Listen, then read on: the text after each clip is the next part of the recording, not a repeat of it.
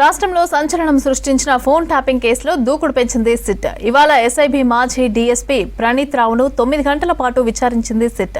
వరుసగా సాక్షుల వాంగ్మూలం సేకరిస్తూనే నిందితులను ప్రశ్నిస్తున్నారు అధికారులు. ట్యాపింగ్ కేసులో ఇప్పటికే 222 మంది స్టేట్మెంట్లను రికార్డు చేశారు. ఇక బీఆర్ఎస్ ఎమ్మెల్సీ నవీన్ రావుకు నోటీసులు ఇచ్చేందుకు సిద్ధమైంది సిట్.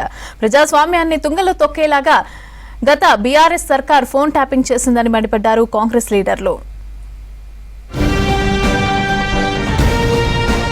ఫోన్ ట్యాపింగ్ కేసులో రోజుకు బాధితులు పెరుగుతున్నారు. 2023 నవంబర్ 15 నుంచి 30 లోపు భారీగా ఫోన్ ట్యాపింగ్లు జరిగినట్లు సిట్ గుర్తించింది. 4000కు పైగా ఫోన్ నంబర్లను ప్రణీత్ రావు టీం ట్యాప్ చేసినట్లు నిర్ధారించారు. 618 మంది ఆల్ పార్టీ పొలిటికల్ లీడర్లు, ఐఏఎస్, ఐపీఎస్, వ్యాపారులు, జర్నలిస్టులు ఉన్నారు. రేవంత్, బండి, ఈటల, పొంగులేటి ఫ్యామిలీ మెంబర్ల ఫోన్లు ట్యాప్ అయినట్లు గుర్తించారు.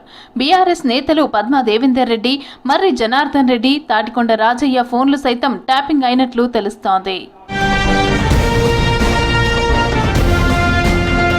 ప్రజాస్వామ్యాన్ని తుంగలో తొక్కేలా గత బీఆర్ఎస్ సర్కార్ ఫోన్ ట్యాపింగ్ చేసిందన్నారు PCC chief Mahesh Kumar Goud. SIB chief Prabhakar రావును నియమించింది కేసీఆర్ కాదా అని ప్రశ్నించారు. సినిమా తారలు, జడ్జిలతో పాటు సొంత పార్టీ ఎమ్మెల్యేల ఫోన్లను బీఆర్ఎస్ సర్కార్ ట్యాప్ చేసిందన్నారు మహేష్ కుమార్ గౌడ్.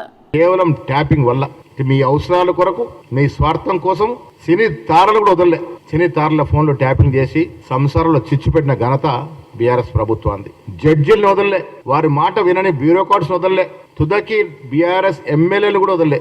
కొన్ని వేల ఫోన్లు ట్యాపింగ్ చేసినారంటే దేశ చరిత్రలో అతి హేయమైన చర్య అది. కేసీఆర్ బాధ్యత, కేటీఆర్ మాకేం సంబంధం, ఏదో లీగల్ నోటీస్ తో ఒక స్టేట్మెంట్ ఇచ్చినాడు.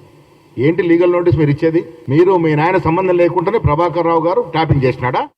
ఫోన్ ట్యాపింగ్ చేసిన అధికారులపై కఠిన చర్యలు తీసుకోవాలని డిమాండ్ చేశారు కాంగ్రెస్ నేతలు ఎమ్మెల్సీ బల్మూరి వెంకట్, ఫైమ్ ఖురేషి. తల్లి పిల్ల అనే తేడా లేకుండా అందరి ఫోన్లు ట్యాప్ చేశారని ఫైర్ అయ్యారు. బంజారాహిల్స్ సిట్ ఆఫీసులో ట్యాపింగ్ కేసులో సాక్షులుగా వాంగ్మూలాలు ఇచ్చారు బల్మూరి వెంకట్, ఫైమ్ ఖురేషి. వీరితో పాటు గడ్డం చంద్రశేఖర్ రెడ్డి కూడా విచారణకు హాజరయ్యారు. జరిగిన విషయాలు, ఏ నెంబర్స్ అయితే వాళ్ళు ట్యాప్ చేసిరో దాన్ని చూస్తుంటే రాజకీయం కోసం ఎంత నీచానికి బీఆర్ఎస్ పార్టీ నాయకులు, ఆ రోజు వీళ్ళకి సహకరించిన కొంతమంది అధికారులు దిగజారినరో చాలా ఒక బాధ అనిపిస్తుంది. అంటే కుటుంబ సభ్యులు ఏదైతే పెళ్ళైన తర్వాత తల్లిది, భార్యది, వాళ్ళ ఫోన్లను కూడా ట్యాప్ చేసి ఏమి మాట్లాడుతున్నారో కూడా విని ఏ రకంగా ఇబ్బంది పెట్టాలి, ఎంత నీచానికి వీళ్ళు పాల్పడిరని చెప్పి ఈరోజు బాధపడే పరిస్థితి ఉంది. ఫోన్ ట్యాపింగ్ కేసులో బీఆర్ఎస్ ఎమ్మెల్సీ నవీన్ రావుకు నోటీసులు ఇచ్చేందుకు సిద్ధమైంది సిట్.